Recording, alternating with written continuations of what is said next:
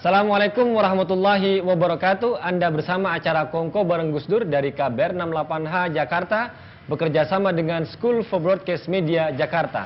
Acara ini dipancarluaskan oleh radio-radio jaringan KBR 68H di Nusantara, dari Aceh hingga Papua, dan beberapa televisi di kawasan Indonesia. Saudara, saya Muhammad Guntur Romli akan menemani Anda berbincang-bincang dengan Kiai Haji Abdurrahman Wahid Gus Dur yang saat ini sudah bersama kita di Kedai Tempo Jakarta. Saya sapa dulu Gus Dur. Assalamualaikum Gus Dur. Waalaikumsalam. Apa kabar Gus? Baik-baik. Baik-baik aja Gus ya.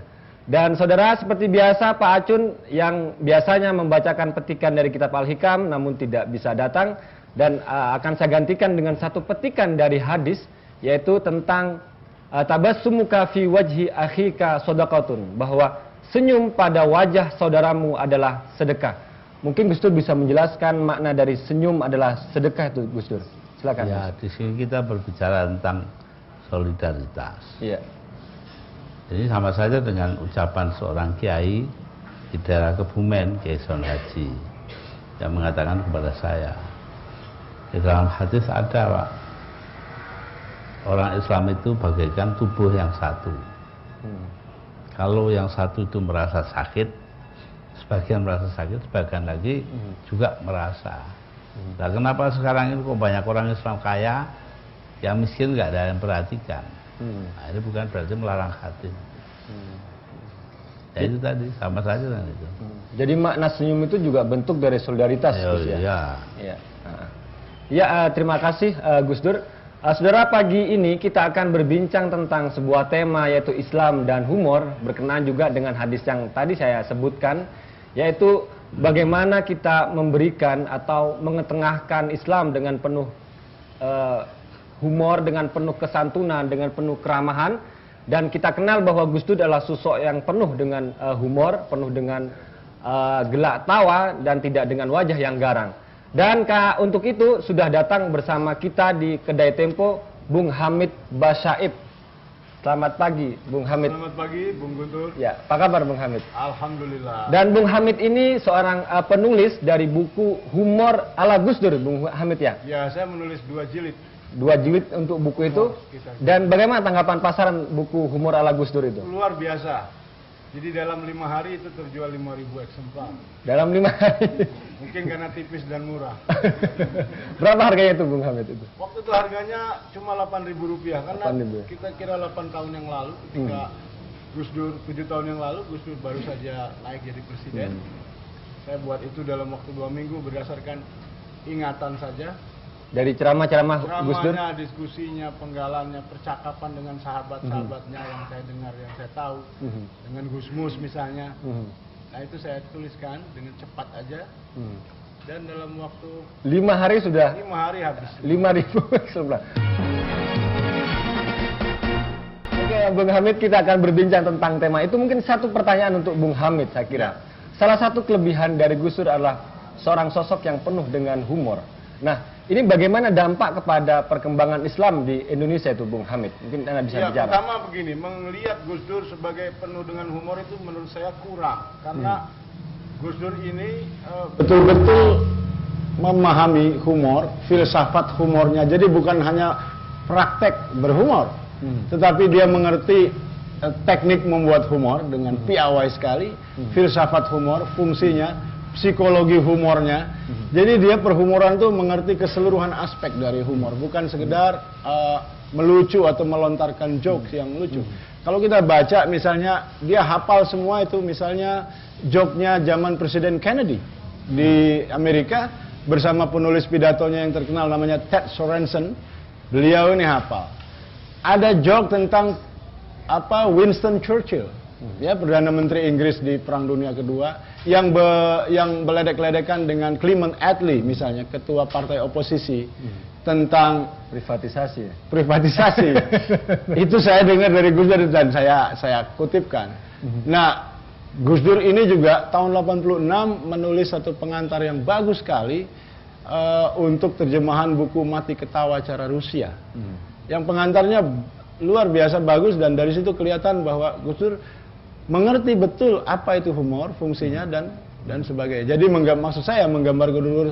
Nah, tetapi yang Anda bilang juga jadinya implikasinya benar. Jadi orang luar terutama melihat Gus Dur itu bukan sosok yang angker, yang menyeramkan, meskipun beliau bukan berarti tidak bisa tegas, tetapi beliau mengerti kapan untuk tegas, kapan untuk humor, dan kapan untuk menyampaikan sesuatu yang serius dengan cara sedikit humoristik sehingga tidak melukai pihak yang dikritik dan sebagainya. Jadi itu yang saya lihat.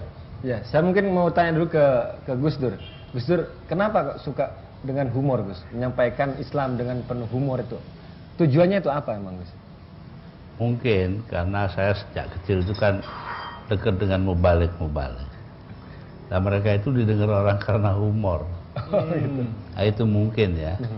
Teknik, humor sebagai teknik. Ya, ambil saja contohnya seorang kiai itu diundang ngaji dengan saya di sebuah desa gitu.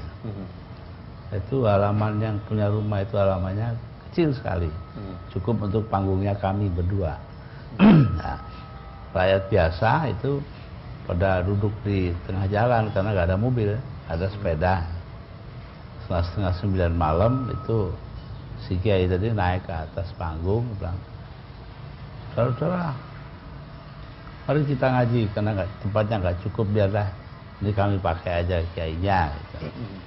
Anda semua duduk di jalan tuh, itu sudah kita cekat di sana, hansip, kasih tahu nggak boleh ada sepeda lewat. Udah, semua datang ngumpul di jalan itu, duduk sila. Ayo kita mulai ngaji dah setelah berapa puluh menit. Mari kita mulai karena sudah pada duduk ini. Adapun yang masih di kebun salak sana, mari kita bareng-bareng doain digigit ular. Orang ketawa semua ya, salah ketakutan jadi 3.000 orang. Nah, itu yang menarik buat saya. Ya ceritanya. Didoakan supaya digigit ular gitu kan. Itu kan ya akhirnya doa itu sesuatu yang baik mestinya, tetapi untuk begitu. Tapi jelas kiai itu tidak bermaksud sungguh-sungguh. Gitu ya Gus ya kira-kira. Itu yang gitu-gituan itu yang Gus Dur saya kira juga. Gus Dur memang mendapat sumber dari humor itu dari mana, Gus? Ya mikir aja sendiri. Adaptasi juga Gus. Ya, kadang-kadang begitu, kadang-kadang ya tergantung lah. Nah, tapi menarik juga karena Gus Dur kayaknya menguasai humor dari agama-agama lain juga. Jadi dari Yahudi gitu Gus ya. Dari Kristen sudah karuannya diledekin mulu kan Kristen. Ya, tapi ada kalanya mereka yang ledek. Nah, ada 3 orang. Gimana? Ya. Bicara agama mereka itu yang mana yang paling dekat dengan Tuhan. Inilah. Kenapa itu? Ya, agama saya. Kenapa? Kita kalau panggil Tuhan kan Tuhan apa namanya? Tuhan Bapak di sorga. Hubungan anak dengan Bapak. Katanya orang Belanda, orang Hindu. Hindu juga dekat. Om Swastu, Om sama ponakan kan dekat sekali. Kiai diem aja dari saya. Lah bagaimana Anda?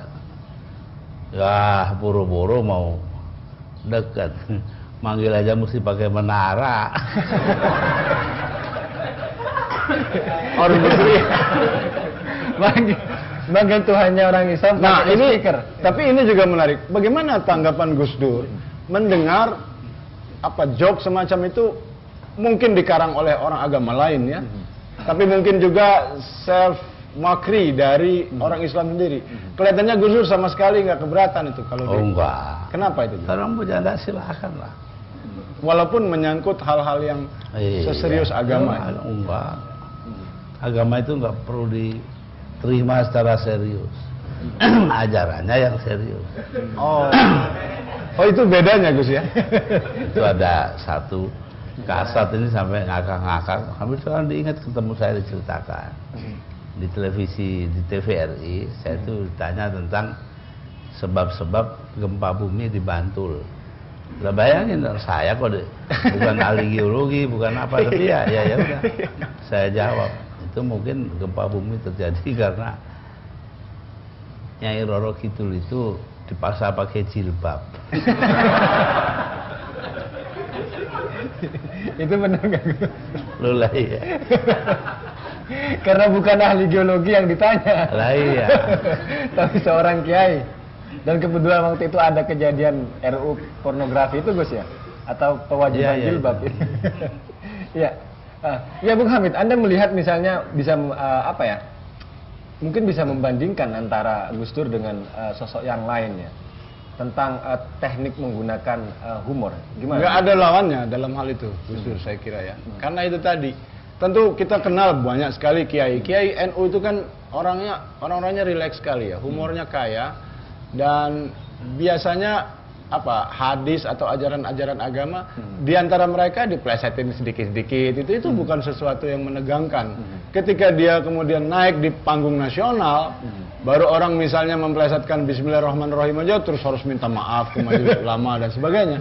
Padahal di pesantren gitu-gituan itu biasa. Bukan berarti mereka tidak menghargai agama, tetapi agama begitu akrabnya dengan mereka sehingga seperti kita kalau akrab sama orang udah bisa bercanda gitu loh maksudnya. Jangan-jangan kalau memang ada perbedaan. Perbedaannya gimana Gus? Nah ini contohnya kiai ngajarin santrinya membaca li'ila fi Quraisyin ila fihim rihlatas syita'i was-shaif.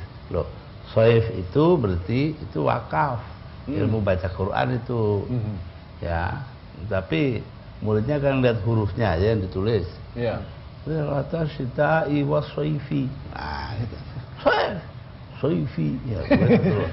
Akhirnya, ayo baca. Ila fi Quraisyin ila fihim rihlatas syita'i was-shaif. Pegang bibirnya kan. Begini, jangan shaifi. Baca shaif ya.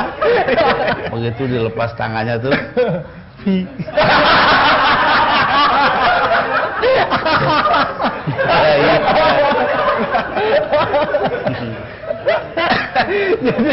Makanya kita nggak boleh memaksakan apa-apa. Lo bayangkan itu Quran gitu. Artinya bukan berarti mau menghina Quran. Karena begitu akrabnya ya Gus ya. Tiap hari hidupnya dengan. Di situ ada perbedaan kan. Dua ilmu. Satu ilmu qiraah, satunya ilmu wakafnya baca Quran sendiri. Tapi seperti yang dikatakan oleh Mas Hamid, memang apakah tradisi humor itu juga sangat kental di pesantren Gus? Oh iya. Iya jelas sekali. Sufi itu kayak humor. Dalam arti gimana tuh Gus? Sufi kayak humor?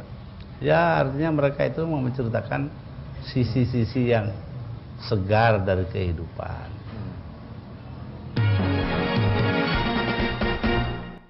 Nah ini yang aneh saya kira Gus. Gimana tanggapan Gus sendiri?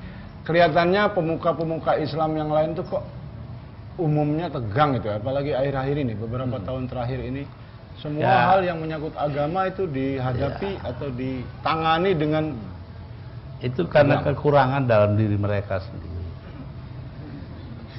Ya, kekurangan dalam diri mereka sendiri bahwa Islam dalam menghadapi atau merespons tantangan-tantangan atau gangguan dari luar itu punya dua cara, dua pendekatan.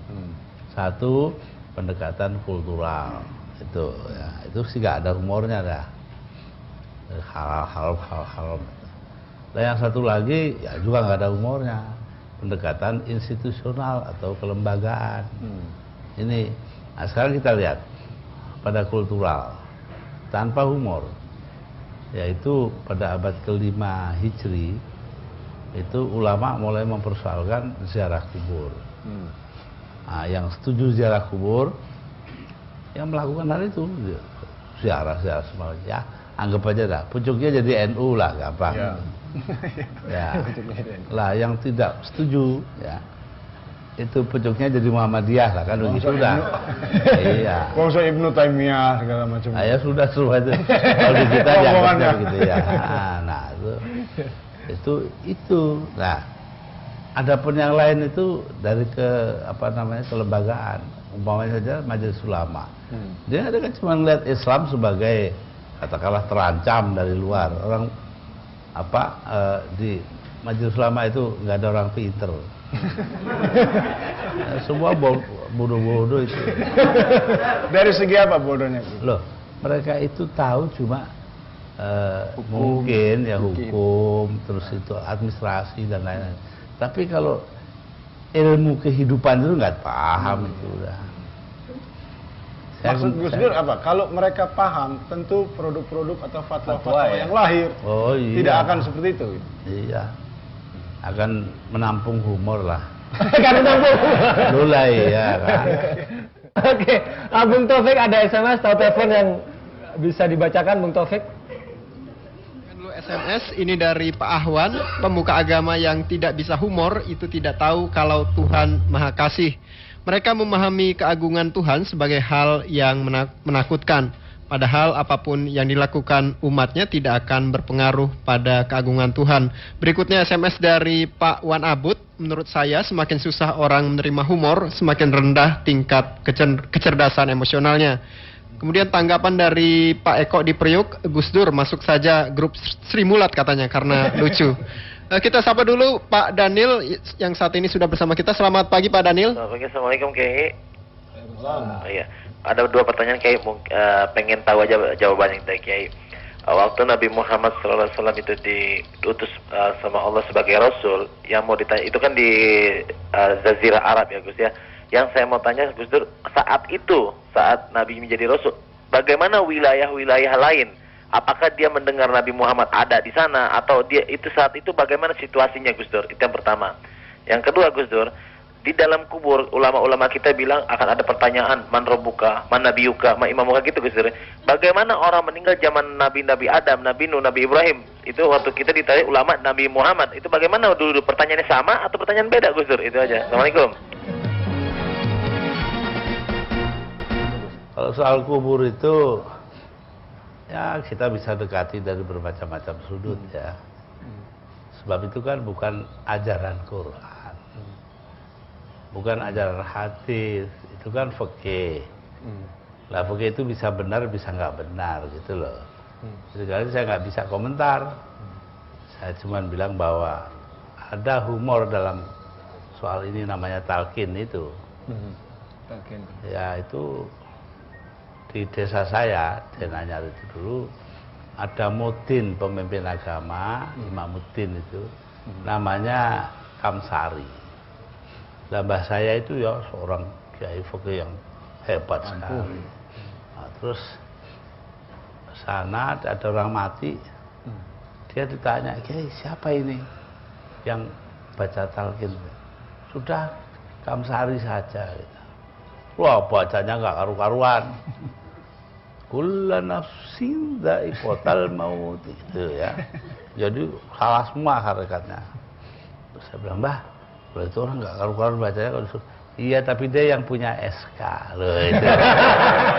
Itu ngomongnya serius tapi sebenarnya humor. Nggak mau. Jadi Bisa.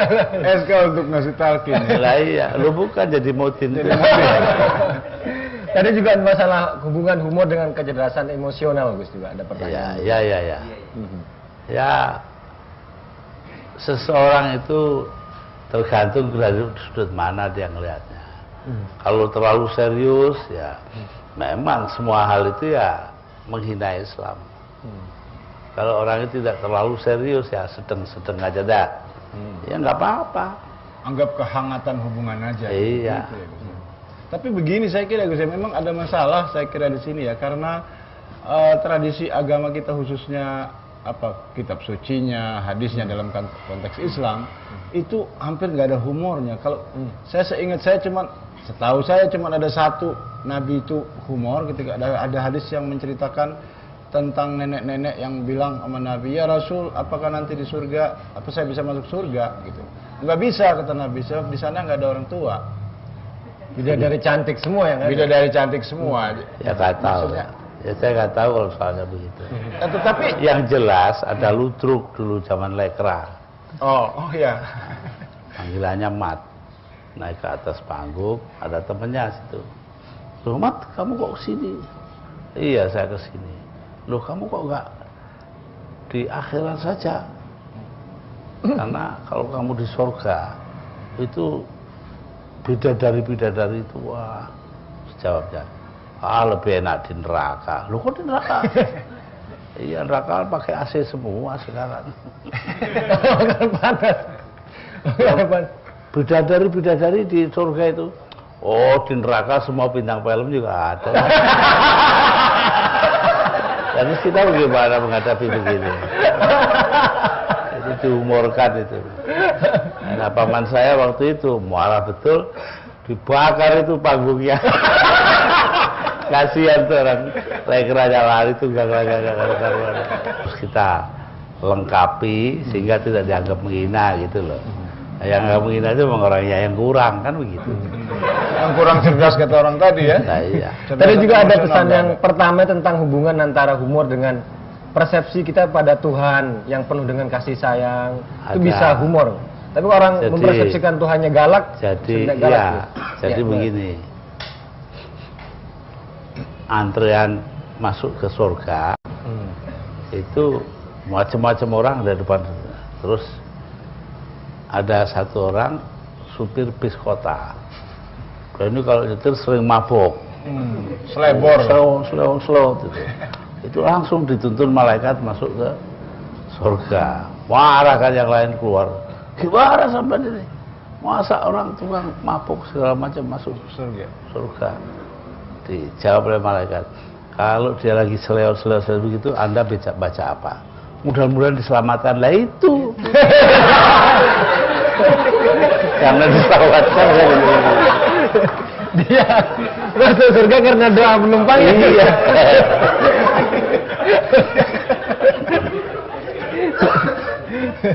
Nah, itu mungkin bagi orang lain gitu. Kok gimana sih surga dan neraka sesuatu yang sangat serius, karena orang bisa masuk surga secara abadi, masuk neraka juga bisa begitu. Loh kok ini dijadiin guyonan gitu loh. Itu loh Gus. Lah begini. Lah bahwa itu juga bisa dijadikan guyonan loh kan? Nah, ya sudah. Berarti yang lebih rendah mestinya lebih bisa lagi. Iya.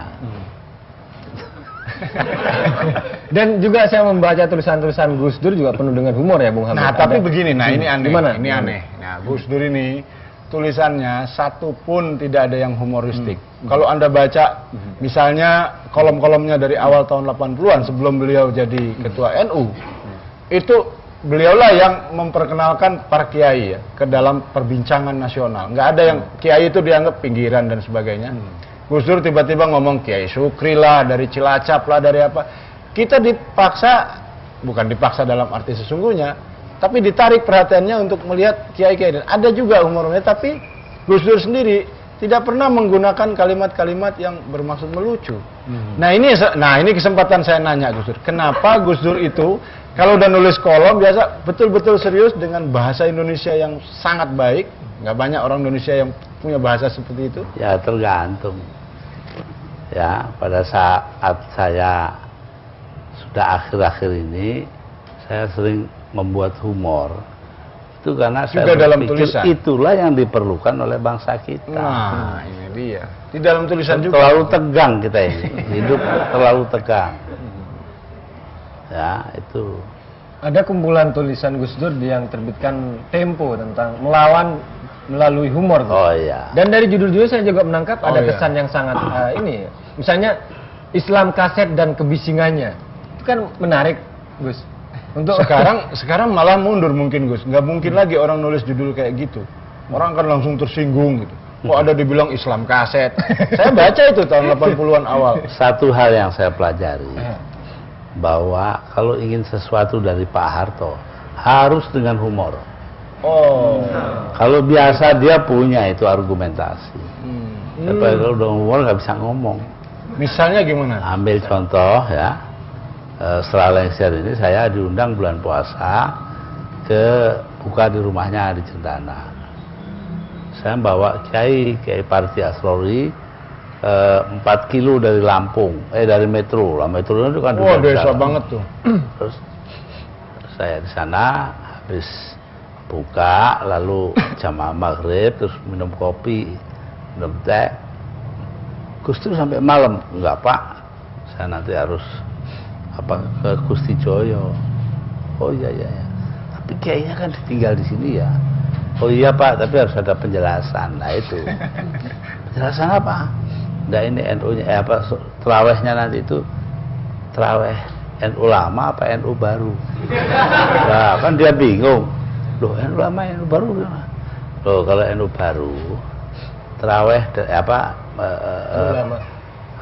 terawih dan itunya kriteria itu 23 rakaat. Oh iya, NU lama.